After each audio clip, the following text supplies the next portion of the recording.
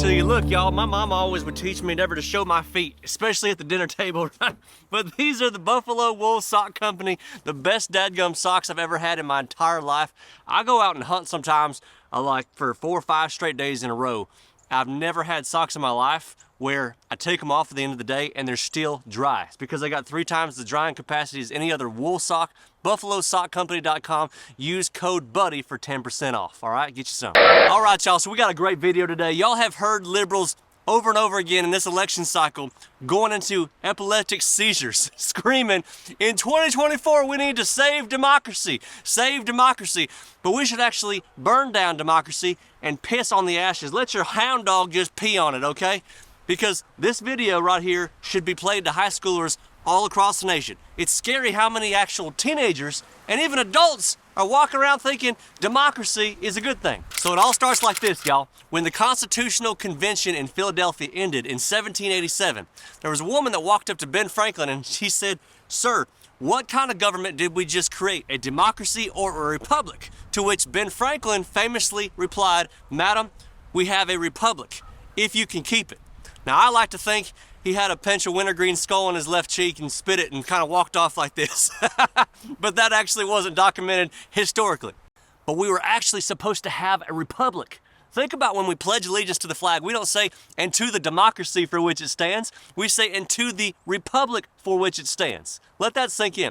So let me simplify this for all you good old boys just sitting in your truck because you want to avoid your coworker for the next 30 minutes, okay? And I understand. You're going to get a little education that was a lot better than what you had in high school.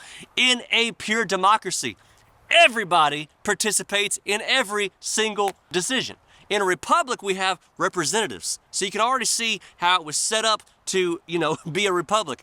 In a democracy, majority rule always rules. In a republic, it's the same thing. However, it has to be guided by a set of principles and laws. Now, you come through my gate up at the road, there's going to be a problem. And I would never even let that happen, and everybody has common sense on that. However, my road is about a 10-mile stretch, and there's only about 18 residences on that road. If all 18 decide they're going to take over my property and come through my gate, then that's just fine according to democracy because majority rules. Do y'all see how fast this could go south if majority always rules? Look, my pastor was talking to my wife and I in premarital counseling back in 2006.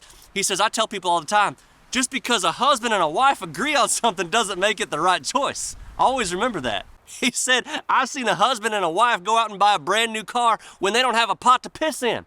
Does that sound like a good idea when you're broke? So what it means is you should be safeguarded by some good laws and good principles, and that's what a republic is supposed to do. Now, this next one is huge for me, y'all. It's absolutely huge because in a democracy, there's no protection for individual rights. In a republic, there is individual right protection. Oh, it gets way worse, y'all. In a democracy, there's no protection for property rights.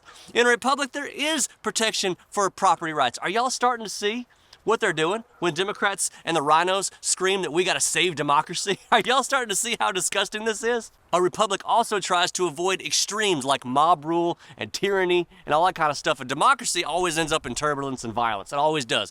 St. Louis, Chicago got torn up and shot up the last few years and ain't nobody doing anything about it. Bottom line is, a republic is a way of diffusing power. And it's genius. Look at California, New York, Illinois, New Jersey. We would never, ever want one state or just a few states to dominate our government. And the Electoral College was set up so that the whole country makes decisions together, not just small pockets with tons and tons of people. If we didn't have an Electoral College, y'all, we would have presidential candidates who went to like 8 places in the United States of America, and that's it. Just ignore the existence of the entire rest of the country, and our founding fathers never wanted that.